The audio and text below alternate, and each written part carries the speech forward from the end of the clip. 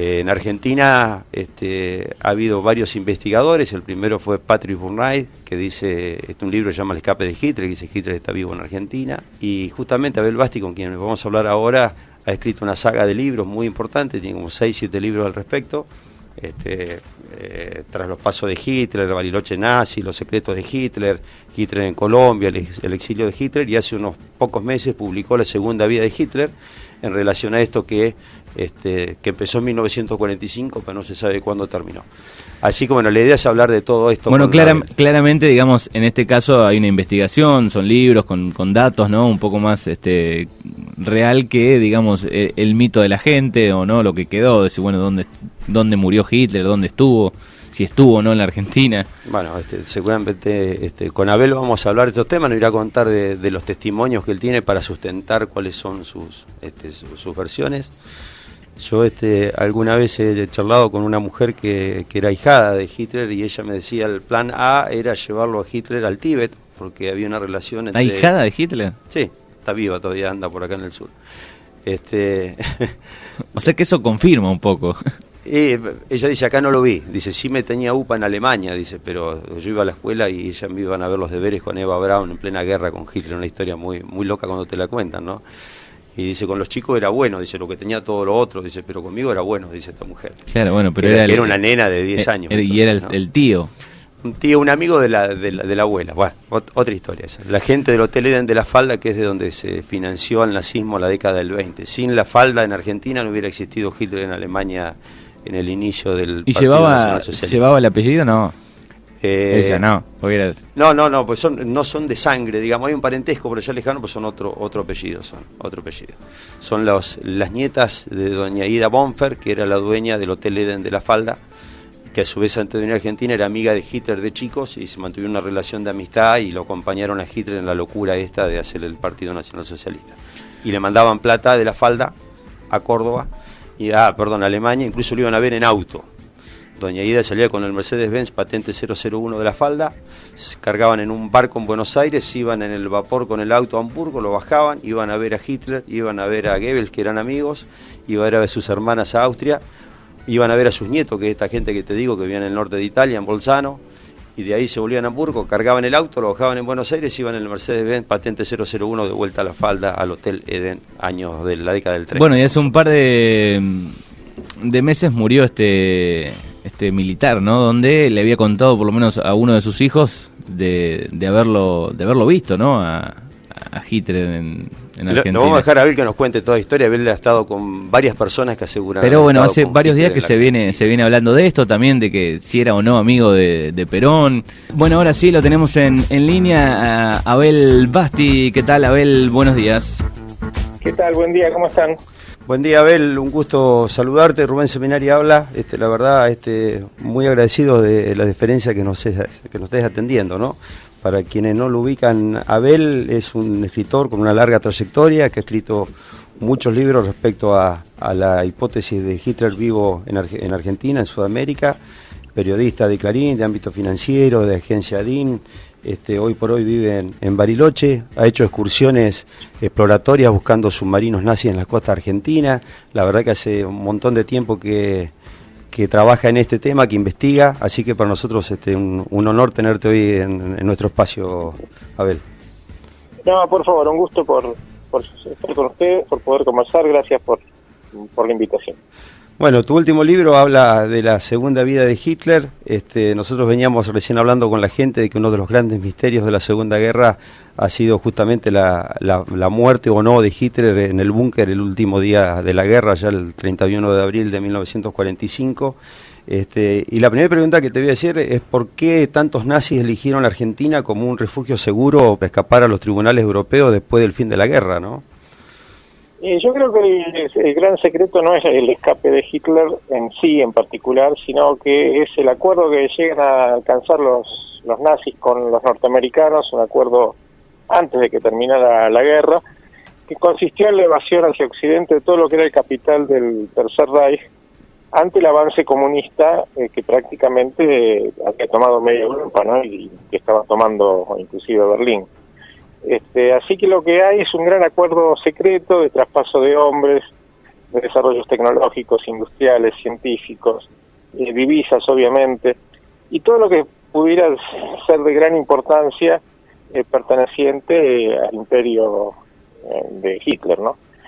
Así que yo creo que ese es el gran secreto, y ese gran acuerdo se ejecutó, se llevó a cabo, y miles de hombres, miles hablamos, salieron en el marco de ese acuerdo hacia Occidente.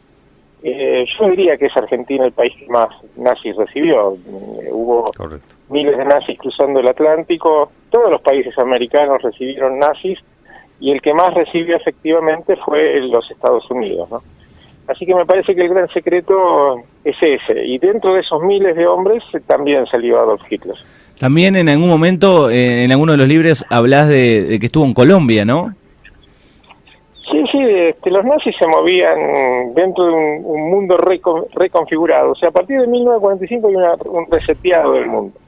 Los que eran socios, como Estados Unidos y la Unión Soviética, que pelearon juntos durante la Segunda Guerra, pasaron a ser enemigos, y los que eran enemigos formales durante la guerra, como eran los alemanes y los norteamericanos, pasaron a ser socios, los nazis, ¿no? Con los nazis. En ese mundo reconfigurado, y bajo ese marco de alianzas, los nazis que habían llegado a América se movían con cierta libertad y cierta impunidad, porque estaban bajo un gran acuerdo de protección. Entre ellos, bueno, el mismo Hitler, que no tenía problemas en moverse, obviamente con nombre falso, con una apariencia diferente, pero no había grandes problemas para eso. Para que la gente ubique lo que estamos hablando, toda la aventura espacial de Estados Unidos estuvo basada en Von Braun, que fue quien hizo los principales bombas, los famosos misiles B-1 y B-2 de Alemania. Acá todo el proyecto Pulky, también hubo gente relacionada con Alemania. Muchos de los proyectos de los planes quinquenales estuvieron basados argentinos, los proyectos del plan quinquenal alemán. Hubo aviones de diseño alemán que anduvieron en varias partes del mundo dando vueltas. O sea, hubo, como bien dice Abel, una distribución por todos lados, e incluso las bombas atómicas que se arrojan sobre Hiroshima y Nagasaki, que hablamos recordando esa fecha, queda la duda si fue totalmente invento americano o tuvo una gran ayuda de uranio enriquecido y algunos dispositivos de parte de la Alemania nazi, ¿no? Sí, pero es mucho más que eso. Yo creo que otro de los grandes secretos es el traspaso de los grandes conglomerados industriales, técnicos, las grandes empresas, hacia Occidente, ¿no? Estamos hablando de firmas gigantescas, de los conglomerados nazis, que de algún modo lavaron sus activos al radicarse en América, y a la vez que aprovecharon como mano de obra a los mismos alemanes que salían desde Europa. Hablamos de Krupp, Mannes, Mantola, todos los grandes conglomerados que surgen de Alemania. Y estas fábricas, estas industrias, estas empresas se radicaron en países americanos con una condición, y esa condición era que se les asegurara la estabilidad política de los países donde se radicaban. O sea, lo que pretendían los alemanes y consiguieron era que no fuera que ellos radicaban una empresa, supongamos, en Brasil, y que en Brasil ganara el comunismo, y el gobierno comunista les expropiara sus empresas. Entonces el acuerdo fue y se implementó a través de dictaduras militares en toda la región. Si uno toma el mapa político de los años 50, se va a encontrar con gobiernos militares prácticamente en todo el continente, y esta es la garantía que daba Washington, porque esto era una línea bajada desde Washington a los nazis respecto a sus seguridades en esos países, gobiernos militares de derecha que garantizaran que el comunismo no ganara o se impusiera o gobernara esos países. Qué interesante, a ver, sí, porque tenemos los de Stroessner en Paraguay, tenemos Pinochet en Chile, los gobiernos militares en Argentina, digamos, y toda una continuidad respondiendo a Sí, yo a quienes les interesa el tema les invito a verificar qué gobiernos en la década del 70 había en cada país americano, y se va a encontrar con eso, con una sucesión de dictaduras de derecha uniformadas, ¿no? Bueno, el tema es que posiblemente en el 45 el suicidio fue toda una cortina de humo. No hay ningún dato que pueda verificar que Hitler realmente murió en el búnker, digamos, todo el cráneo que tenían los rusos, yo recién comentaba, era de una mujer, no tenemos ningún dato que certifique de Hitler muerto en el búnker ese día 30 de abril del 45.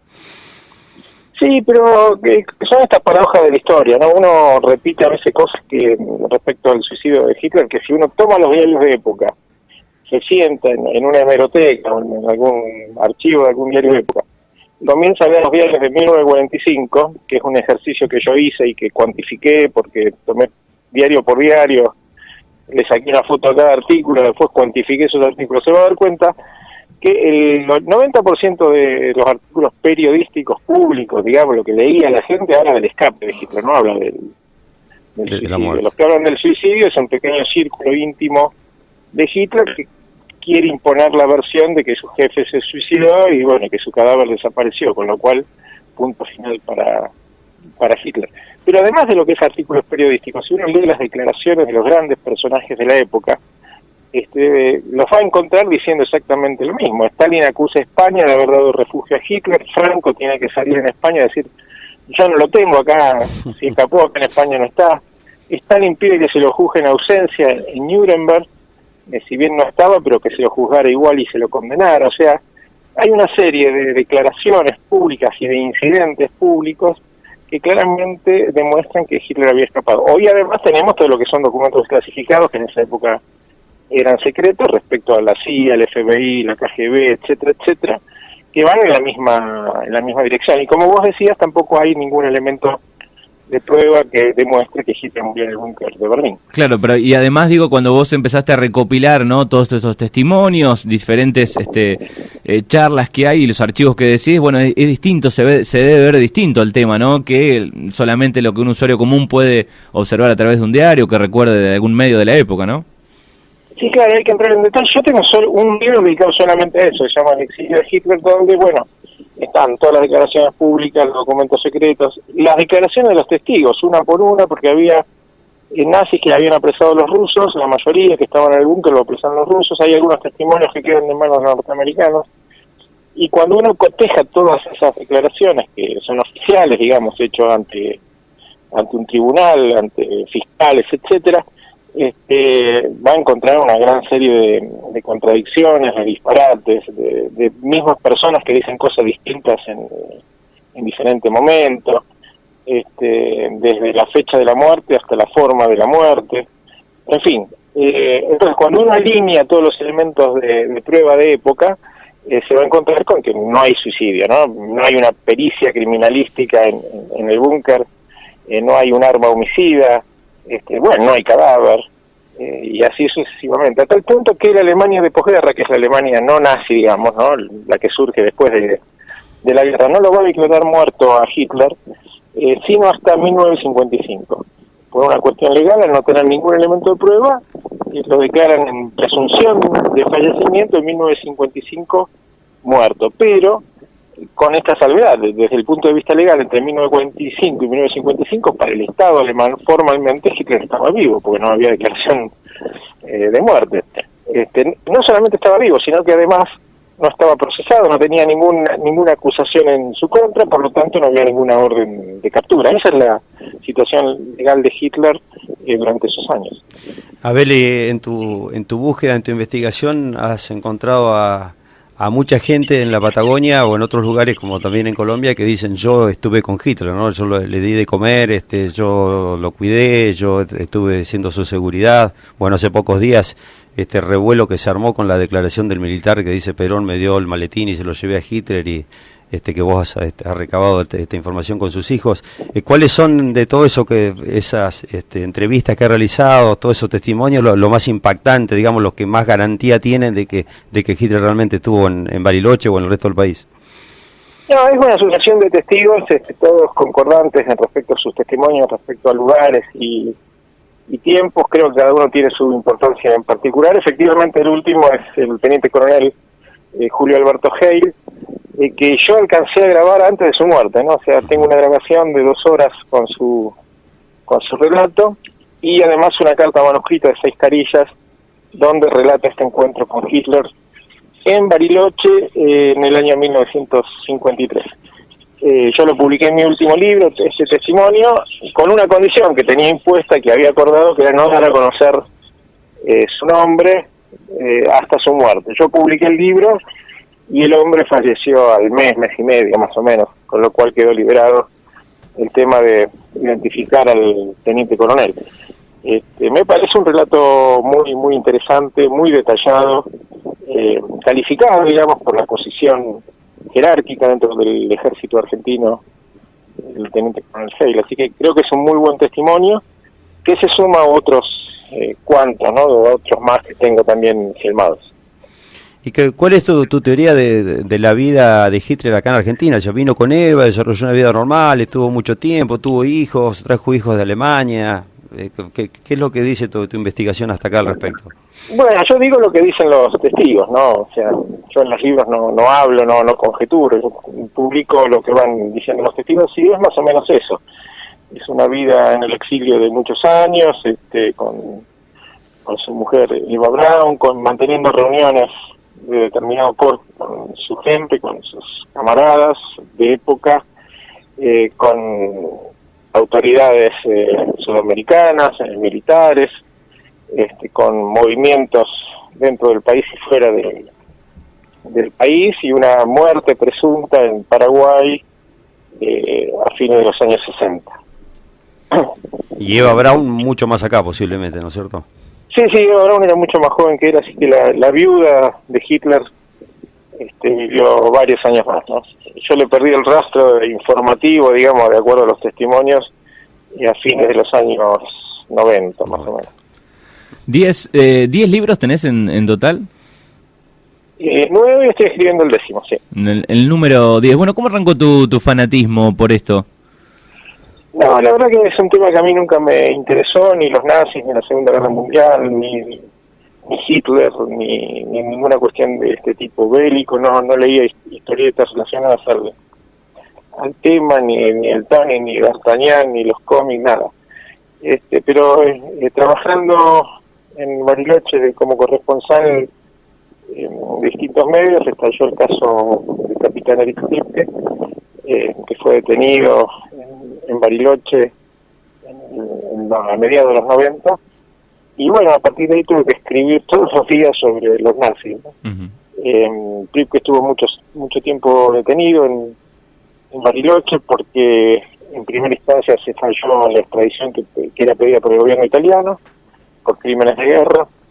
En segunda instancia la Cámara General de General Roca dictaminó lo contrario, o sea, se opuso. El caso fue a la Corte Suprema y durante todo ese periodo, que fueron varios meses, mi única tarea profesional era escribirme los nazis. Con lo cual tuve que investigar, empezó a aparecer información sugerente, datos que contradecían un poquito la historia oficial, y bueno, y así fui recopilando información que fue publicada en su momento, y que bueno, y a partir de ahí seguí, ¿no? Bueno, y además, digamos, en algún momento, digamos, tenías información, no sé, una carta manuscrita, algún testimonio fuerte, digo, debe ser terrible tener ese dato, empezar a incorporar uno, decís, bueno, mirá lo que tengo acá, ¿no? Sí, es así como vos lo decís, fue apareciendo información documental y información testimonial, ¿no? A ver, ya que recuerdo, qué sé yo, en el Valle de Río Negro, por ejemplo, pude tener acceso a agendas y cartas de un piloto alemán que había vivido en General Roca, y en una de esas cartas un camarada de Europa le dice, bueno, voy a ir a Argentina para asistir a la reunión con Hitler, y la carta estaba fechada 1956, creo que es la fecha. Así que bueno, tengo el original de esa carta, ¿no? Así que bueno, a partir de esos indicios, más los primeros testimonios, etcétera, se fue armando un cuadro que al principio era un rompecabezas con 2 o 3 piezas, ¿no?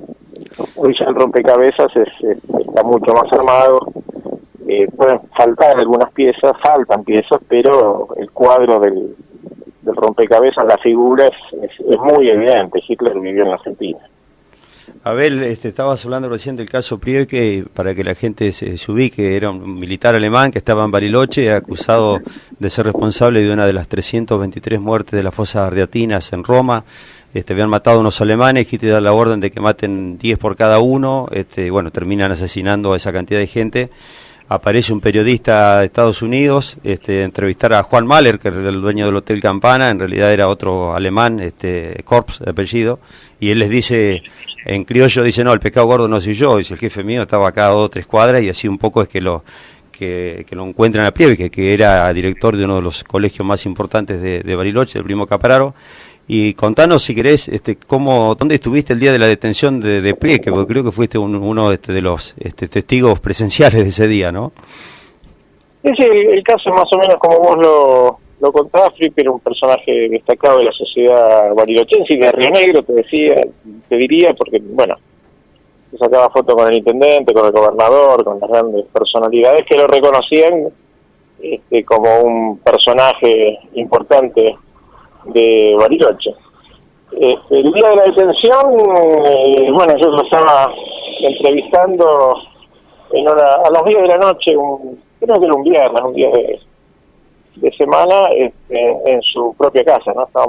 Habíamos tenido una charla bastante larga cuando irrumpió la Policía Federal para la detención, así que sí, pude presenciar todo lo que fue la detención de Kip en primera persona, digamos. Testigo privilegiado de ese momento por un hecho azaroso, no porque yo supiera que lo iban a arrestar en ese momento, sino porque siguió la coincidencia que estaba haciendo un reportaje. Sí, que fue toda una conmoción a nivel mundial, ¿no? Pues ya parecía que casi no quedaban nazis para acusar, y bueno, todavía queda apareciendo alguno cada tanto que pasa por los tribunales, en los tribunales europeos. Sí, lo más importante de la detención para mí fue el cambio de actitud, ¿no? Yo estaba haciendo un reportaje a un octogenario, un viejito alemán, que me contaba sobre su vida, y cuando irrumpió la Policía Federal se cuadró militarmente, se taconeó, se puso firme y comenzó a utilizar un lenguaje típicamente militar, que estoy preparado, dónde hay que ir, etcétera, etcétera. Así que vi la transformación de un viejito que estaba viviendo sus últimos días de su vida en Bariloche a un oficial de la CSS que se había vuelto a la historia de la Segunda Guerra Mundial y que estaba siendo detenido por su enemigo, ¿no? Uh-huh. Así que esa transformación, ese fuerte impacto psicológico, lo pude ver personalmente, y la verdad que fue bastante impactante. Acá chequeando la cantidad de libros que tenés, digamos, es como que publicás uno y seguramente en el lapso de un año y medio seguís apasionado por el tema y siguen apareciendo datos y cosas y hay que sacar otro, ¿no? Mira, la dinámica es que en la medida que yo estoy escribiendo va surgiendo mucha información, o sea, yo estoy recibiendo mucha información en forma periódica, ¿no? Uh-huh. Entonces, cuando estoy escribiendo el libro tengo un volumen de información en el cajón, por decirlo de alguna manera, como para otro, ¿no? Y eso es lo que ha ido pasando en estos últimos años. Por eso mi método de trabajo es ese, prácticamente escribir un libro por año, mientras recopilo la investigación o los datos que tengo, y trato de hacer investigación sobre otros datos que también mantengo en carpeta. Abel, participaste en la búsqueda de los famosos submarinos en las costas de la caleta de Los Loros, en la costa de Río Negro, junto con Ámbito Financiero, con el buzo Tony Brochado y demás. Y después pediste no hace tanto a la justicia que liberen la información que puede haber en las Fuerzas Armadas al respecto. ¿Qué fue lo que te contestó la justicia argentina? Respecto al trámite judicial, bueno, yo pleiteé contra la justicia, contra el Estado Nacional, porque yo tuve información de expediente referido a la llegada de nazis de alta jerarquía a la Argentina, y sabía que el conjunto de documentación lo tenía la Armada Nacional. Yo comencé a pedir informes a la Armada, me dieron mucha información, mucha documentación, desclasificaron, pero ese expediente en particular no me lo dieron. Entonces, cuando yo bueno, un poco insistentemente reclamé el tema, me llamaron de la Armada, tuve una reunión con un capitán que me dijo, mire, todo lo que le podíamos dar, ya se lo dimos. Así que no insista más con pedidos de este tipo. Digo, bueno, ¿y lo que no me podían dar? Entonces el hombre sonrió y me dijo, mire, lo que no le podíamos dar pasó a manos del Ministerio de Defensa. Concretamente es este conjunto de documentos que yo trataba de conseguir, ¿no? Operación Calipso y Sociedad Anónima. ¿Cómo? Operación Calipso y algún otro tema más, seguramente, de ahí. No, bueno, Calipso es una operación de búsqueda de la Armada en los años 90 de los submarinos, ¿no? Pero mi reclamo va a ser sobre información histórica documentada de la llegada de General Carnakis a la Argentina. Así que comencé con un reclamo administrativo ante el Ministerio de Defensa, un pedido, digamos, de información sobre ese expediente que tenía ubicado, digamos, respecto al número de expediente y demás. Y el Ministerio de Defensa sacó una resolución formal diciendo que eso era secreto. Yo apelé esa resolución, estamos hablando de varios años de trámite, ¿no? Apelé esa resolución en Comodoro Pi, en el juzgado federal uno de los juzgados federales de Comodoro Pi, y ese juzgado federal en particular le dio la razón al Ministerio de Defensa diciendo que era una digamos, documentación calificada como secreto militar. Estamos hablando de hace poquito tiempo de esto, Abel, no de hace una parva de años, de hace, ¿cuánto hace esto? 2 años, 3 años atrás. Sí, más o menos, porque ese trámite después siguió, yo apelé esa resolución en la Cámara Federal. Todo esto cuando digo apelé, estamos hablando que cada trámite de esto son 2 años, 3 años. Apelé y finalmente, hace un par de años atrás, la Cámara Federal se pidió en el mismo sentido, que se considera que es un secreto militar que no debe ser desclasificado. Así que bueno, esa es la posibilidad de acceso a la información que tuve respecto a ese conjunto de documentos en particular. Recordamos, estamos charlando con el periodista y escritor barilochense Abel Basti, investigador de los presuntos rastros de la presencia de Adolfo Hitler en Argentina, en América. Y te iba a preguntar si en algún momento, por algún dato que has puesto en algún libro, has recibido alguna amenaza, algo parecido. No, en particular lo habitual que puede ocurrir para quien escribe, para un periodista en Argentina que trata sobre esos temas. Fueron más concretas las amenazas sobre algunos testigos, que después de haber hablado conmigo, después de haber publicado sus testimonios, fueron algunos testigos fueron intimidados, ¿no? De ahí entiendo el mutismo, la falta de predisposición a hablar de gente que tiene datos. Claro. Pero no más que eso. Ahí contarle a la gente el recuerdo de lo que he leído en tus libros, lo que hemos charlado con vos, de la cocinera en Inalco y San Ramón, que son 2 estancias donde estuvo Hitler en Bariloche, que ellas recordaban haberle dado de comer, probar la comida, incluso Catalina Gamero en La Falda, que dice yo le di de comer a Hitler. O sea, sí. Tiene antecedentes de charlas muy muy interesantes respecto a estas confirmaciones, Abel. Sí, todas estas personas, la mayoría han sido filmadas. Este año también murió la mucama que lo atendía en Inalco, también 93 años, creo, 93, 94 años. Por suerte las pude filmar, así que tengo esos testimonios registrados. Yo doy una charla o conferencia de tipo audiovisual, entonces inserto esos testimonios en esas presentaciones para que puedan visibilizarse esos testimonios, ¿no? Bueno, Abel, te agradecemos tu tiempo, muchas gracias de atendernos desde Bariloche. Imagino la linda vista que tenés ahí frente al lago, con los cerros todos nevados de la nevada de hace unos poquitos días. Y bueno, por supuesto que esto es apasionante, esta historia, estos misterios, esta diferencia entre la historia que nos han contado y la historia real.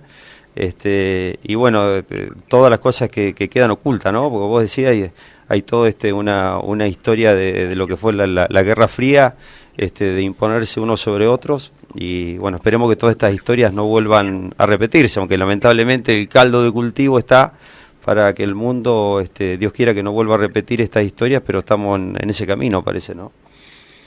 Sí, a veces me pregunto, bueno, ¿cuándo se va a reconocer oficialmente que lo del búnker fue una treta, fue una farsa? Digo, bueno, pero nunca oficialmente Estados Unidos, por ejemplo, dijo que Hitler había muerto en el búnker de Berlín, así que testimonios como el de general Eisenhower en 1952, recordemos que Eisenhower había sido el jefe de Estado Mayor aliado, digamos, en el momento que se invade Alemania y se toma Berlín, y después fue presidente de los Estados Unidos, ¿no? En los años 50. Eisenhower en los años 50 dice: no tenemos ninguna evidencia de la muerte de Hitler en el búnker de Berlín. Después de manejar tanta información sobre Hitler desde el comienzo, digamos, hasta después de tantos años, ¿qué te pasó a vos en lo personal con el personaje, con todo lo que encierra a Adolf Hitler? Digamos, ¿lo odias un poco más? ¿Lo querés? ¿Te acercaste un poco más? No, lo mío es un trabajo profesional respecto a una circunstancia, no, lo mío no es una concepción ideológica respecto a la situación o al personaje en sí. O sea, mi trabajo consiste en demostrar que Hitler escapó y vivió en la Argentina, o sea, de eso se trata. Así que no trato de agregarle ningún condimento más, excepto uno, que es considerar a Hitler un ser humano, ¿no? O sea, no llevarlo a ningún extremo, ya sea que sea para los neonazis era un semidios, para los antinazis un diablo. Yo creo que en la medida que esas consideraciones no se corresponden con lo de una persona, digamos, de un ser humano, uno no puede valorar o evaluar algunas situaciones o actitudes, ¿no? Yo creo que esto para analizarlo correctamente y poder interpretar la información, hay que llevarlo a ese plano. Hitler era una persona. Entonces, a partir de ahí yo puedo entender o comprender determinados hechos, como por ejemplo el escape, ¿no? Y las motivaciones y las actitudes después, durante su fuga y su vida en Argentina. Bueno, ¿cuándo estás publicando el último libro? No, lo estoy escribiendo. Estoy de 6 meses, digamos. Estás de 6 meses. Bueno, por acá en la zona anduvo Abel no hace tanto tiempo, acá por Santa Rosa, por Sierra La Ventana, que todavía la zona de la comarca Sierra La Ventana, a mi gusto, esconde todavía unos cuantos secretos al respecto, y siempre aparecen lugares nuevos, ¿no? La verdad que el nazismo estuvo en todos lados. Es muy interesante toda la zona. En Torkins, el hogar Funke, donde estuvo Hitler, el hogar Funke era una especie de geriátrico para alemanes, muy cerquita de Torkins, a 5 kilómetros de Torkins, que a su vez está cerca también de la región de Sierra La Ventana. Y en mi libro yo presento 2 testimonios relacionados al hogar Funke respecto a la presencia de Hitler en ese lugar, y además todos los documentos de época respecto a que ese era un aguantadero nazi, ¿no? Si bien tenía la pinta formal de un hogar para ancianos, toda la documentación de inteligencia, pues en su momento es allanado ese lugar por la policía, y se encuentra, todo el material del partido nazi de la época, los referentes, la estructura territorial, etcétera, etcétera. ¿Dónde? Así que en ese lugar es Torkins, cerca de Sierra La Ventana, y en Sierra La Ventana obviamente hay varios lugares emblemáticos.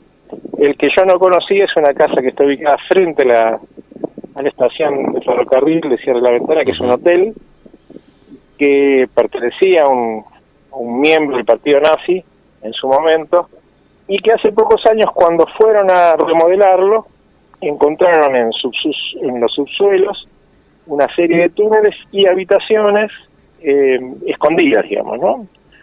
Onda un aguantadero con túneles de escape. Eso no lo conocía, pero sucedió hace poquitos años el descubrimiento de ese lugar. Y tampoco hay que olvidarse que no es casualidad que los soldaditos del Kraspi y los marinos fueron hospedados en la zona de Sierra La Ventana o en la zona de Córdoba. Justamente había capitales y actividades alemanes y nazis en esa zona, ¿no? Nada es casual. No, yo tiene le dedico un porqué. capítulo respecto a esa zona en particular y la ubicación de los marineros de Graf Spee en el viejo hotel de Sierra de la Ventana, en el gran hotel de Sierra de la Ventana, fue digamos, por una decisión acordada entre el gobierno argentino y la embajada alemana. Era un viejo hotel muy grande, para quienes no conocen, que hoy está absolutamente destruido, donde fueron destinados 300 y pico de marineros del acorazado nazi Graf Spee que habían quedado internados en la Argentina durante la guerra. La ubicación es estratégica porque por un lado está a unos 300 kilómetros de la playa, de la costa, digamos, y por otro lado interactúa con el hotel que recién te mencionaba, que de Sierra de la Ventana, y con el hogar Funke en Torkens. O sea, está Sierra de por medio. Yo reconstruí ahí más o menos ese triángulo que permitía que estos marineros fueran un importante punto de apoyo de la estructura nazi, particularmente de los eventuales desembarcos que pudieron ocurrir en la costa, donde este personal que era de la Armada podía hacer la logística de recepción de los submarinos nazis que llegaban después de haber terminado la guerra. Así que en mi último libro, que se llama La Segunda Vida de Hitler, explico todo esto con mucho más detalles, como una estructura territorial potente que tenían los alemanes en la Argentina. Bueno, ¿dónde podemos, digitalmente podemos conseguir toda tu obra, todos los libros completos, además de la librería en lo físico, no? Sí, las versiones digitales están en internet, son libros de Editorial Planeta, así que se consiguen, ya sea en el físico o en sus versiones electrónicas. Bueno, y después, tengo un par de sitios web donde, ya sea a través de Facebook, Instagram, etcétera, las personas interesadas se pueden contactar conmigo, hacer preguntas, yo contesto todas las preguntas que se me hacen, y hago un mecanismo de ida y vuelta de información con los lectores. Bueno, muy bien. Bueno, gracias, Abel. Bueno, gracias a ustedes. Un abrazo grande, gracias por tu tiempo y bueno, seguramente seguiremos intercambiando algunas figuritas. Yo son más la que saco de vos, la que te puedo rimar, pero la curiosidad por la historia creo que es algo en común que tenemos y este tema en particular.